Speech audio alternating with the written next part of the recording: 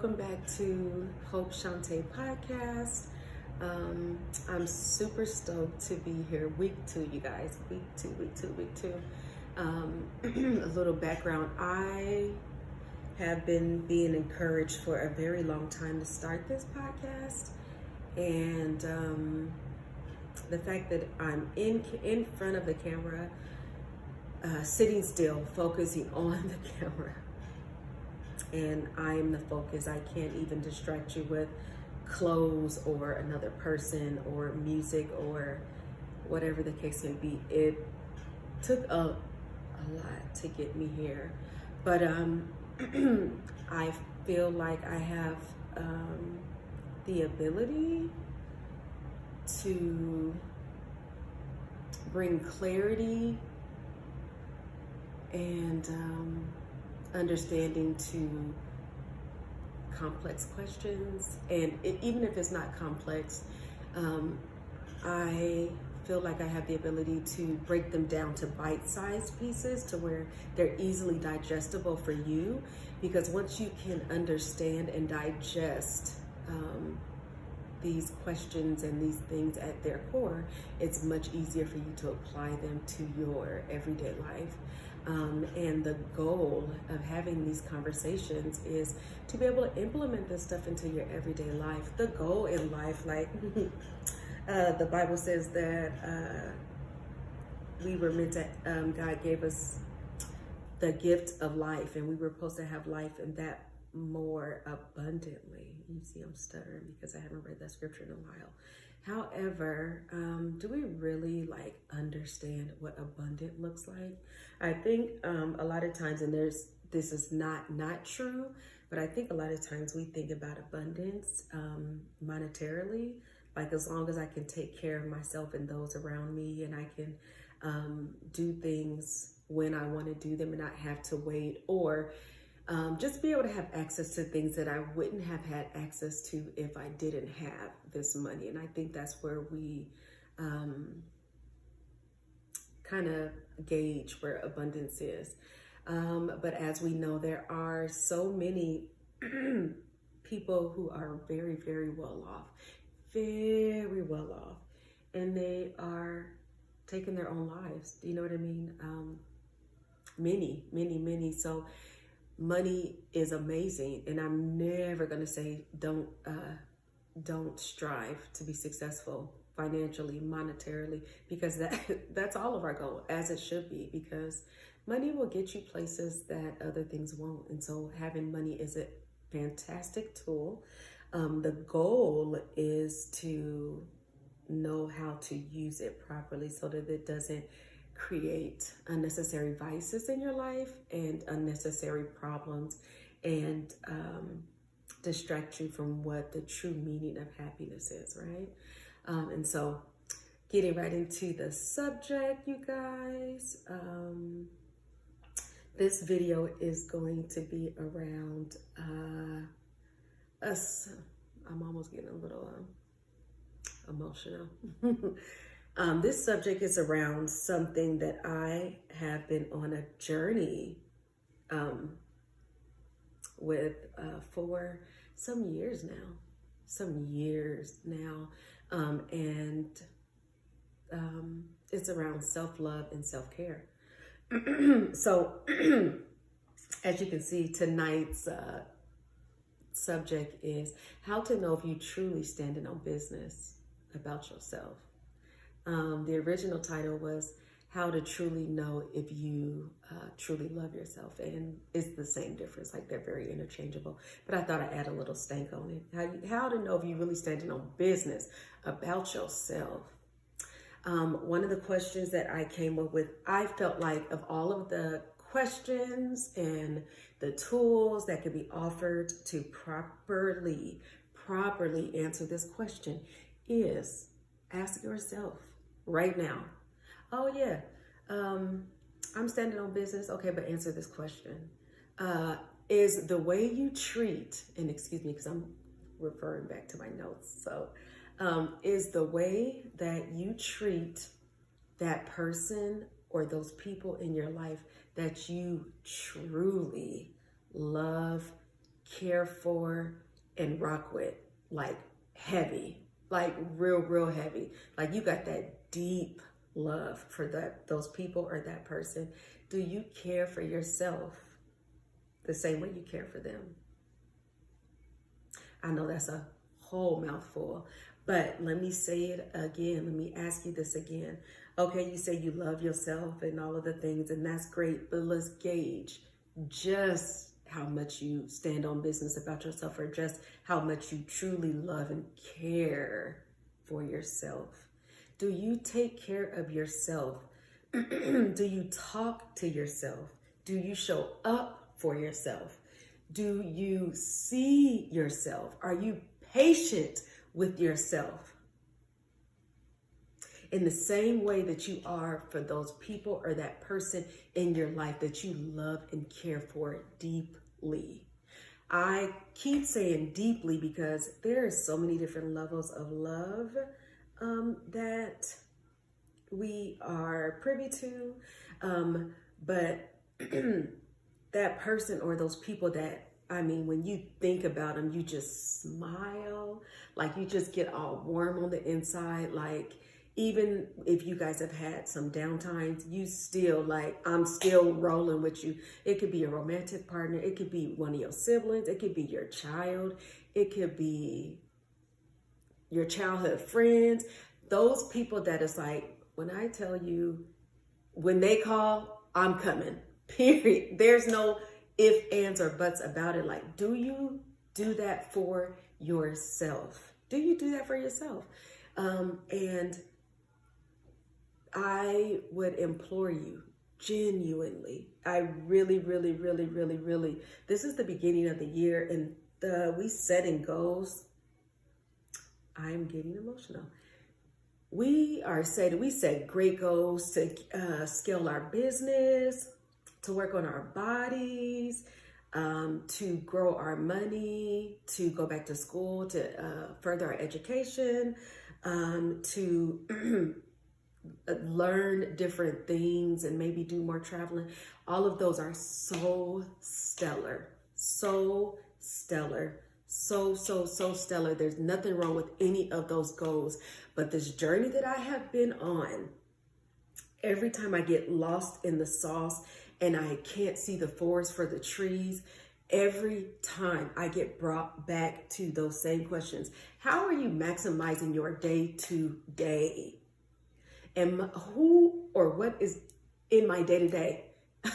Me, baby. It's me.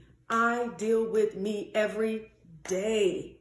So if what I put out is what is being put into me, what am I putting into me that I can benefit from on the back end when I have those days or those moments of where I feel completely maxed out?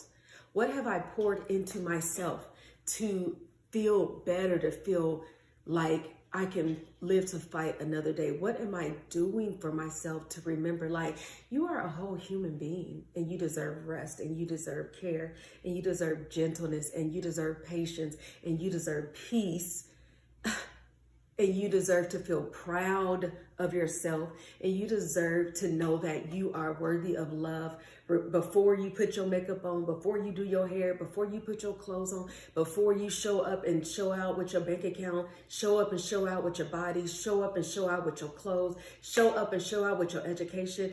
You need to be very clear that you need to tend to yourself, okay? That is where I come back to every single time, and most of the time for me. On this journey, I'm gonna be transparent with how I got here and some of the things that I have learned about me. Do you know what I mean? And struggling with wanting to know that I'm enough. So I want to work hard. I want to make sure that I show up and look good and feel good and sound good and do good so that I feel validated about who I am. And again, when I tell you that will always be, that is great. Those are great things to be thoughtful of, to care about, to work on consistently until your last breath. You need to always be working on yourself in those areas, always. And those are not bad things. Those are exceptional things. But what I had to start doing, I had to start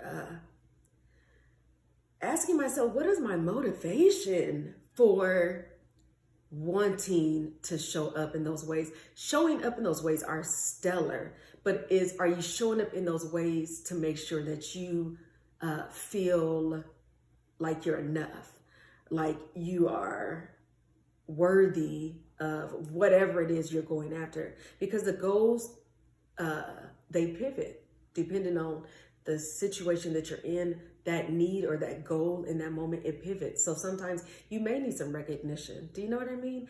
And having recognition from others is great, but it's not guaranteed.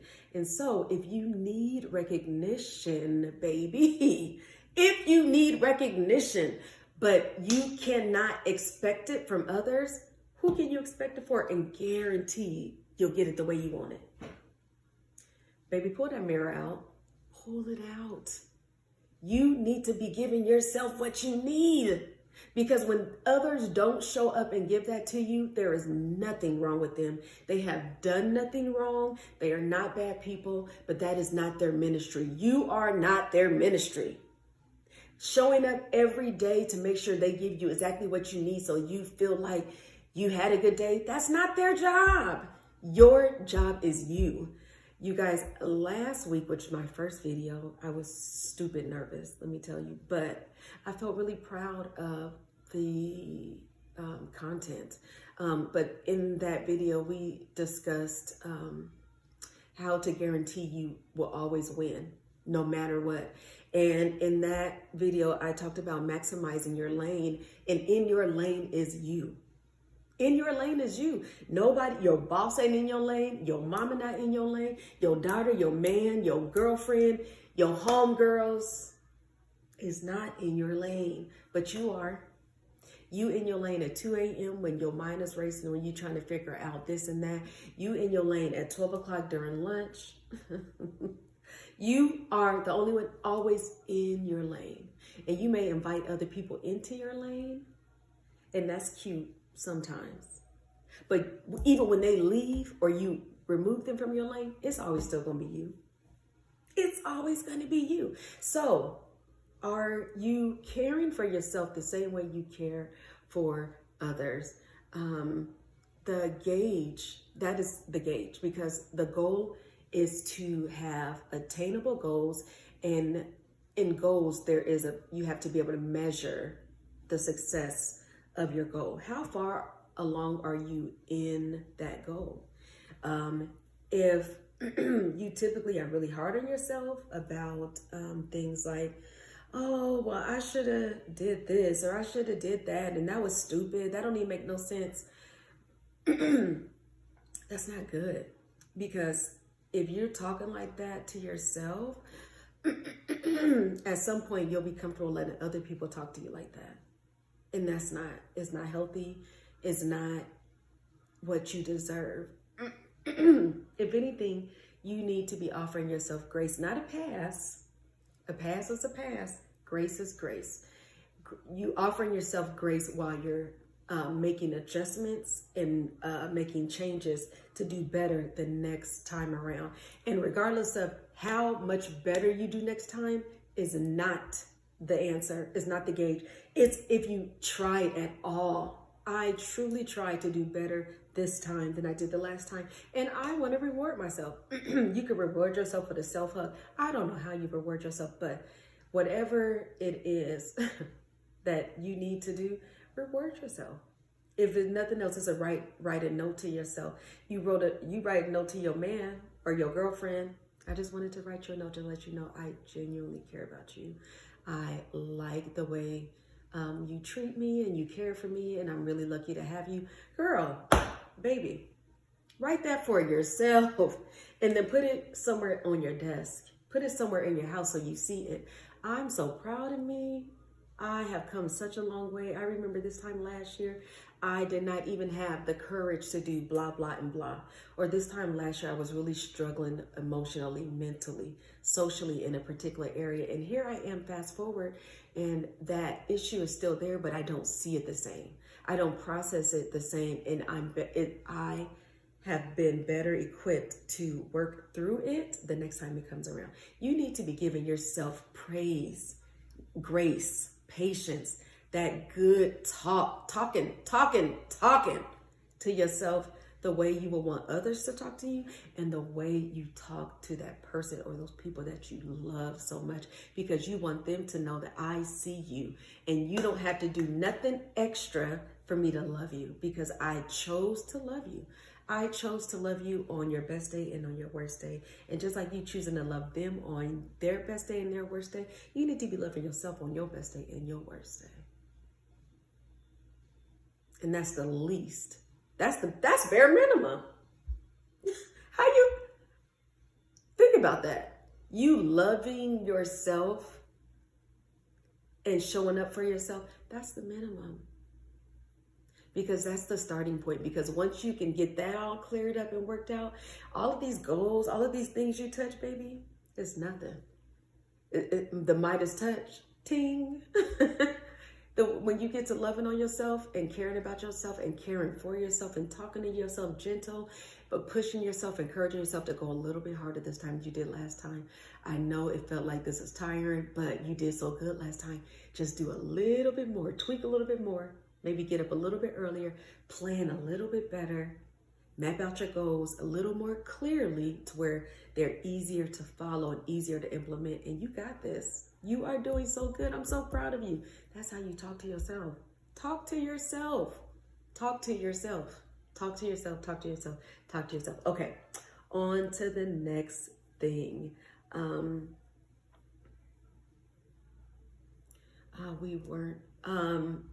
Why is this conversation important? This conversation is important because I cannot say for sure, but I would like to believe that more than not, a big majority of us were not taught how to properly love ourselves. I grew up in a home. My mom took good care of us. And she was very much a hustler, and she very much was good at getting things done. And so in turn, that's how I started showing my self-love. Like, oh, setting goals, knocking stuff out of the park, doing this and doing that, is how I unconsciously was taught how to love myself, because that's how I was loved and that's how I was raised. And there's nothing wrong with that. But also, I was very harsh verbally on myself. Very harsh, very hard, no grace, none of that. None of the things. It was like, either you did it or you didn't. It was no in between. And if I didn't do it, I felt very disgusted with myself. I felt very like, girl, like that was such a bum decision. Like, why would you not? Or how could you not? And that was so stupid, like those things. But I have a child, and there's no way that I would talk to her like that. It's not. If anything, I would sit down with her and allow her to kind of like go through the process and talk her way through it, and assist her in ironing out those areas where she's not clear about the tools she needs or the mindset she needs to accomplish those goals. And that's what I had to learn and am learning. It has been a journey. How I love myself and how I care for myself, it showed up in the relationships that I chose. Okay, I don't have a problem attracting men. That's not the problem. But you can attract all type of men, but it definitely is your choice of the men that you choose to partner with. Do you know what I mean? And everything I've learned, everything is data.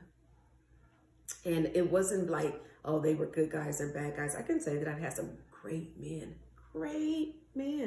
in my lives. I will also say that the men that I chose in those seasons were definitely a reflection of where I was mentally, emotionally, socially, spiritually, financially, whatever. But that was like going back to how I got in that relationship and all of that stuff.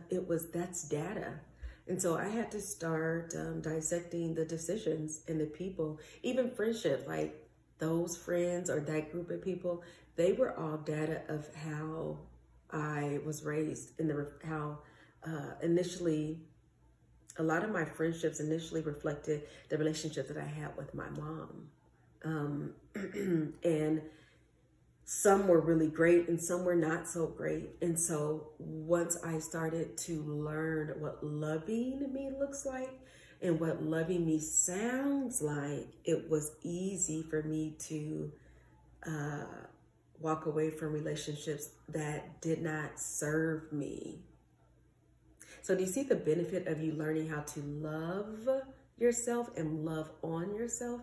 You very easily, and not very easily, it's much easier for you to start pointing out people and situations that are not beneficial to your journey. There may not necessarily be anything wrong with them. That's not that. There's nothing necessarily wrong with them, but for how you want to be cared for, seen, talked to, all of the things, they just aren't going to be a good fit. And you don't want to have anyone in your space that is so disruptive in whatever way. It could be all kind of stuff. You know what I mean? If the way they treat you or talk to you and are towards you distracts you from your journey of caring for yourself and loving yourself, it's gonna be something you need to cut, because nothing or nobody should be so much louder in your life than you are with yourself. Like, that is a hard no, to where you're wondering what they think about you and what you should do and what you shouldn't do, more than you thinking about what you should do and shouldn't do. Cut that out. Cut that off today. Let it go. There ain't no conversation that need to be had. It's just a hard no. I don't, it's a no. It's a no. It's a no. It's a no. Also, we were taught kind of, depending on where you fall, like if you are one of many children, or even the only child, it doesn't matter. Wherever you fall in the line of children, it will also gauge how you learn to love yourself. I was the second oldest in the family, but my oldest sister was like, I think 7 years older than me. And so she moved out when we were really young. And so I felt like I was a big sister because my oldest sister had moved out on her own. And so I was the oldest in the house. And so you tend to, as the oldest child, care more for the people around you because they're younger. You want to make sure they do this and do that and take care of themselves. And, you're there for them to help. Not like I raised them or anything, but there to be present and help them out with things. And so because of that, you can tend to, or I tended to be more focused on caring for others and not myself. And there actually were even instances where I felt like I was being selfish when situations would come up and I was burnt out or wore out. And I was like, I'm so exhausted, but I feel like this is not very, I don't know what I was saying, very, I'm being selfish for not wanting to help this person or show up for this person, when in reality, I really just was wore out. And I was doing way more giving than I was receiving. And so I was exhausted. And I did not have that strong voice in my life that was encouraging me to care for myself. And so when you are in a space where you feel like caring for everybody is your ministry, and then you also don't really care for yourself, and then you also are not giving yourself time to think through why you're making those decisions, and you also don't have anyone in your life that is like, I feel like you do a lot. I feel like you kind of like overextend yourself on a regular basis, and I feel like you're not doing a very good job at taking care of yourself. I didn't have that voice in my world. And so it was easy peasy, lemon squeezy to continue for years giving my last, because I felt like that was being like a good person, like a good godly person. Like, oh, that means God is so proud of me for giving my last. Don't get me started with that. I very much did it with a pure heart, and I can tell you without a shadow of a doubt, I was blessed for caring for others. What my point is, God didn't need me to be consistently burning myself out, burning the candle on both ends, and pouring myself out to the last drop to everybody around me in order to prove that I was doing good by doing right or being a godly person. That's what I'm saying. God wants us to have balance. So even like in the Bible says, the Bible says with your money, give some, save some, spend some. It's the same thing with your life. You need to give some of you, save some for yourself, and you know what I mean? Like, just kind of create a balance in your life to where you're not always being, your life is not always in the mercy of the next person's hand. At any point, somebody could call and be like, I need somewhere to stay, or I need this money, or I need you to show up and help me do this, this, and this. You don't even, that doesn't even allow you to have control of your life, because you completely relinquish all rights and responsibilities of your time, your energy, and your efforts to whoever decides to call you in that moment and tell you they need you and they want you to show up. And if you keep presenting yourself that way, that's how they will always see you. So if you set boundaries, it's going to hurt some people. They're going to say, you think you all that, this and that. And that's okay. That's between them and Jesus, baby. That's the conversation you have with him, because it ain't my business. That's outside of my lane of what you think about these decisions that I'm making for my life. That's outside of my lane. And that doesn't warrant a conversation. I don't have to sit down and explain to you why I'm setting healthy boundaries about myself. Because we didn't sit down and have a conversation of why you're using me we didn't have a conversation about that. We didn't go into contract about why you feel comfortable calling me all the time, needing, and you expect me to show up. We never had a conversation about that. So why, baby? Well, we need to have a conversation around why I'm exhausted and I want to put more time into myself so that I can feel balanced, so I can feel cared for and loved on by myself before I'm giving it away to everybody else. This is that kitchen table talk, baby, that we all needed. These are the conversations that I wished I'd had. I'm getting a little emotional. I wish these are the conversations that I had when I was younger. I don't necessarily regret my life, but I do wish that I knew better. That's it. I don't regret my life, but I do wish that I knew better. I wish that I was taught better of how to genuinely stand on business about myself. I really do. I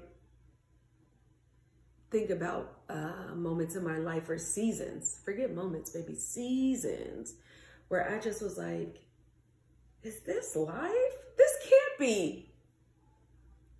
This can't be what I was waiting for all this time. This can't be. I thought at the time, and it definitely had played a part. I thought it was because of my money. I wasn't making enough money. That's why I'm not fulfilled. The money was okay, but it was more about how I wasn't taking care of myself. It was more about how I wasn't caring for myself and loving on myself, and also inviting people into my life who also love on me. It ain't nothing like that feeling when you are in the presence of somebody that you know really, really, really with you. And I don't want to, I'm choosing not to use any profanity, but when you got that person or them people in your life that really rocking with you, and you don't think twice, like, even if I ain't talked to them in weeks or months, I know without a shadow of a doubt, we good, baby. We are good. It's a beautiful feeling. It makes you feel not alone out here in this world. And it makes you feel good. Like, I must be a good person because I have people in my life who are good people and who are excited about me just like I'm excited about them. You know what I mean? So I feel like I kind of touched on a lot of the things in this section around self-love and self-care. And so we have more to discuss. And I definitely am going to drop that part 2 next Monday. The video will be up at 7 a.m. because I want you to be able to watch it. Actually, I may even try to schedule it for 6 a.m. so that you can watch it while you're getting ready, and give yourself something to look forward to on a Monday morning, because we know how we feel on Monday mornings. So my goal is to bring a level of some goodness to you on a Monday, while you're getting ready to get up and handle your business, baby, your grown business, and you get out in the world and you get in that traffic, you go to work and you handle your business and you show up and you be cute and then you come back home. So I genuinely enjoyed recording this video, and